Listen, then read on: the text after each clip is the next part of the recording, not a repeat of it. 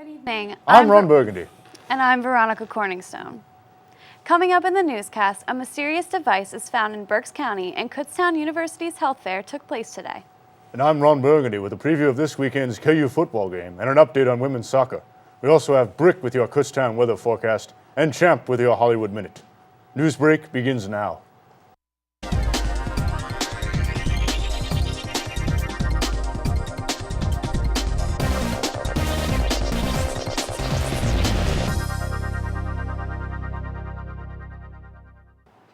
This past Wednesday, police from Colebrookdale Township discovered a device in the Bechtelsville area that looked as if it had exploded.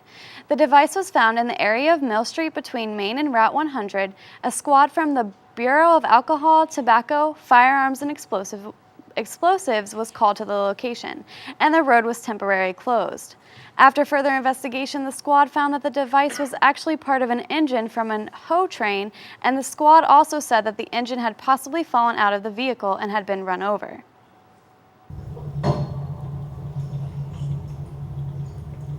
Kutztown's digital media students, led by digital media professor Andy Brem, prepared a scary art exhibit that is currently being displayed in the Sheridan Arts Building. Caricatures decorate the walls depicting scary portrayals of fine arts faculty. The rest of the art in the exhibit ranges from cinemagraphs and GIFs that can be seen through peepholes on the wall and even sound pieces from the trash cans in the bathrooms. This isn't your normal art exhibit because there's more to it than meets the eye. I think it's the type of show that you have to come and participate in. You need to really lean in and peer through the hole, which is sort of the experience of looking through a keyhole into another room or something. You have to physically position yourself in order to get anything from the art. This past Sunday, 242 Kutztown student athletes partnered with the Student Athlete Advisory Committee to clean up Kutztown with trash bags and gloves in hand. The students walked up and down Main Street to give back to the community. SAC planned to end the cleanup at the intersection of Constitution Avenue, but with the abundance of support, it extended farther to the next block of Main and Willow Street. Along with the cleanup, SAAC would also like to increase contributions to Make-A-Wish Foundation, while upholding a positive portrayal of Kutztown. Now let's head over to Champ with this week's edition of Hollywood Minute. Hey y'all, Champ here with this week's Halloween Hollywood Minute. The great thing about Halloween is that everyone celebrates it, meaning celebrities do too. On the Queen Latifah show, the host, the Queen herself, came out dressed as Oprah Winfrey for the Halloween episode. At the show, Latifah channeled Oprah by putting treat boxes under the seats in the audience. So what will you be for Halloween? Nicki Minaj is known for dressing up every day, so if you wanted to try on her for the night, all you have to do is wear platform heels, neon leggings, hot pink lips, and a platinum blonde wig. But Nicki is an obvious choice for Halloween. What about something a little more risque? How about a VMA version of Miley Cyrus? If you want to get your twerk on, all you have to do is wear a two-piece nude bikini, grab a foam finger, and 2 rubber bands to get those little horns in your hair. If you think you'd rather be her partner in crime and you know you want it and you're a good girl, dress up like Robin Thicke in a black and white striped suit. Whatever you decide to dress up as, I wish you a happy Halloween. Reporting for Hollywood Minute, I'm Haley Bianco. Now back to Veronica and Ron. So Ron, Lady Gaga should totally come up with a crazy Halloween costume, right? She's thought of every idea. But Lady Gaga is proof that one man's trash truly is another man's treasure. We'll be back after this.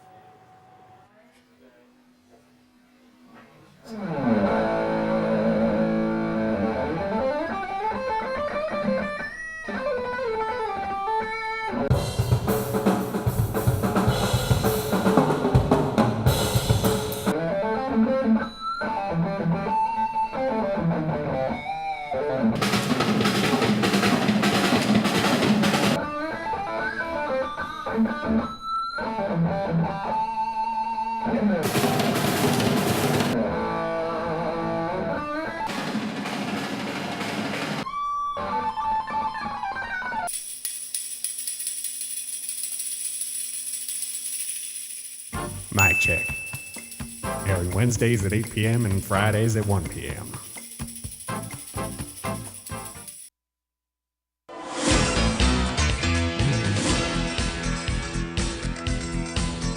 Be sure sure to tune in Tuesday evenings at 7 p.m. to catch co-hosts Devin Raventoss and Eddie Rishit as they travel around the Berks County and Lehigh Valley area, exploring some great places to visit. Camera One re-airs Wednesdays at 7:30 and Fridays at 12:30. Don't miss it!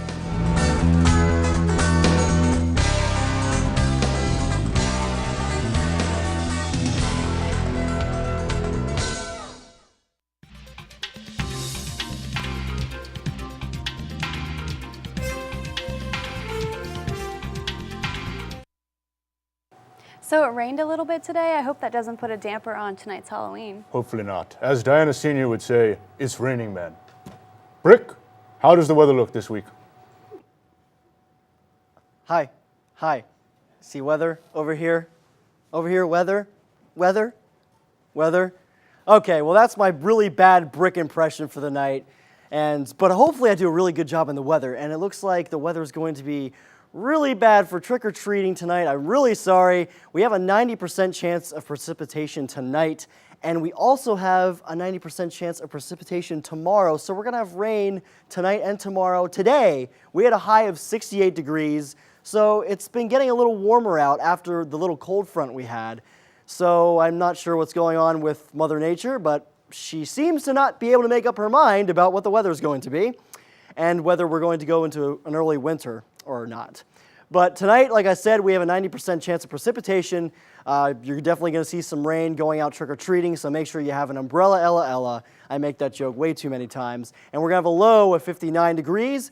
And tomorrow, like I said, 90% chance of precipitation once again with a high of 70 and a low of 44.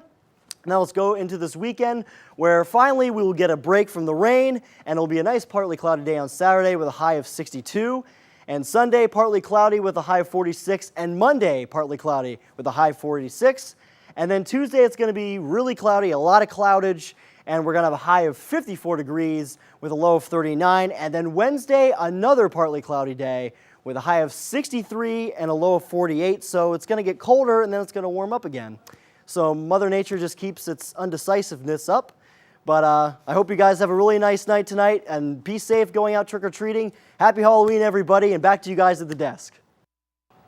Thanks, Kyle. The Department of Music here at Kutztown University will proudly host the 2013 Woodwind and Brass Day on Thursday, November 7th. The event will provide students with the opportunity to participate in chamber ensemble readings, perform in master classes, and try out instruments and accessories provided by area vendors. In addition, there will be free minor instrument repairs and maintenance advice, and guest artists include Bala Brass Quintet, Ars Futara, Alan Ferber, Joe Hallman, and Dr. Susanna Lowy, Kutztown's own flute professor. It is $25 to pre-register online at www.kutztown.edu music/WW Brass Day. Walk-in registration is $30, and registration will begin at 8 a.m. in the Schaefer Auditorium. This event is open to any high school age woodwind brass player or even any public/private school and studio teacher interested in exploring all things woodwind and brass. The 8th annual Kutztown University Health Fair was held today in the MSU Multipurpose Room. Over 41 vendors of health and fitness related products set up booths. Alongside several campus organizations and clubs, the Sports Management Department had a major presence testing participants in flexibility and BMI, as well as hosting a push-up competition. I think this is an opportunity a lot of times for students to enjoy and have an opportunity to have a conversation.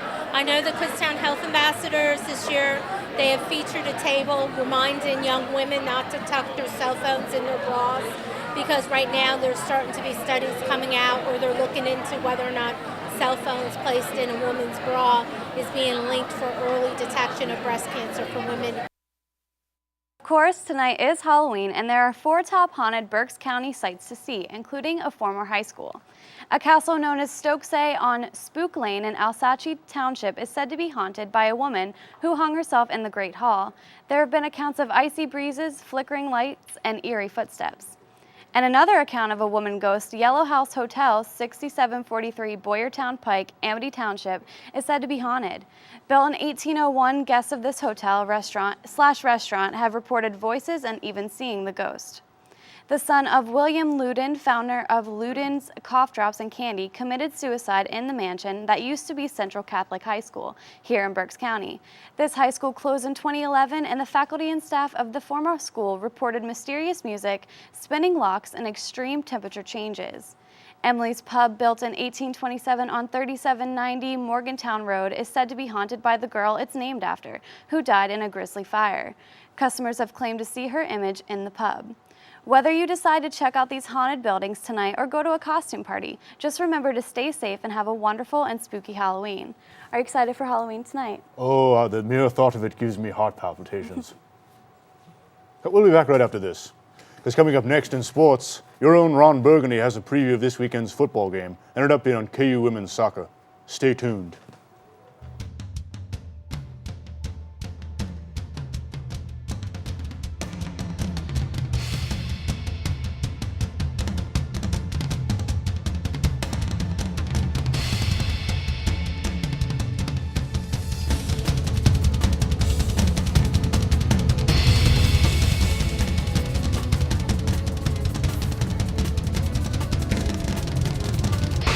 Choose Kutztown University.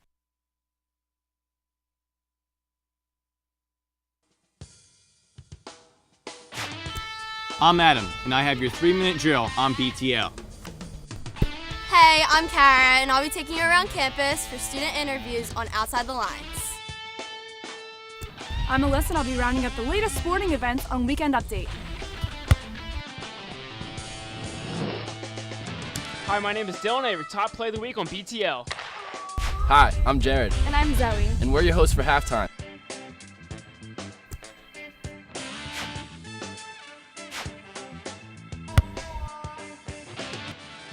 Hey, I'm Haley. And I'm Steve. And we're the hosts of Between the Lines. Tune in Wednesdays and Thursdays at 7. And Fridays at noon for all the latest breaking KU sports updates. And remember, being outside the lines only gets you the scores. But here at Between the Lines, we get you in the locker room.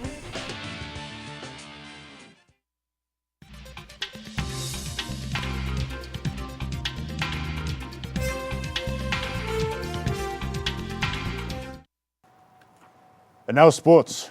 With this past weekend, the Kutztown University football team will travel to East Stroudsburg, but now they will face PSAC rival Millersville this weekend as they are coming off a 43-26 loss to East Stroudsburg.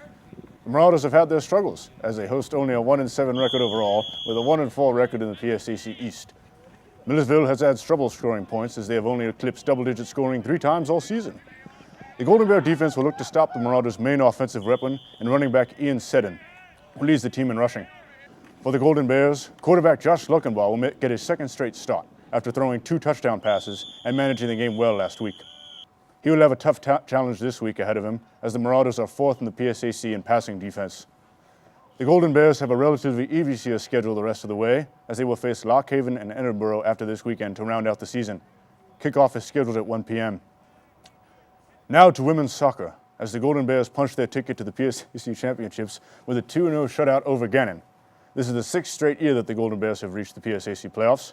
KU, who is ranked 8th in the NCAA Atlantic Regional rankings, scored both of its goals in the first 6 minutes as they set the tempo early on.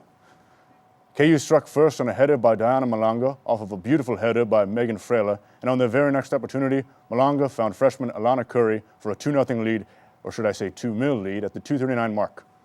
Senior goalkeeper Elena Rakowitz set back all 6 saves she saw and all 5 corner kicks from the Knights to earn her second shutout of the season. The Golden Bears will look to send their seniors off the right way as they host Mercyhurst. Coach Eric Burstein has put a lot of emphasis on sending the seniors out with a win. Quote, "As much as we want to win on Saturday to try and earn a home playoff game, we want to win just as much for our 2 seniors on Senior Day," Burstein said. "We will certainly give our best efforts to win for our seniors to make sure they can walk away the right way from the regular season careers." Kickoff is at 2 p.m. on Keystone Field. That's all for sports. And remember to log on to KUBears.com for all the latest in KU athletics. And that's all we have for you tonight. We'll see you again next Tuesday. For Ron, Veronica, Brick, and Champ, stay classy, Kutztown.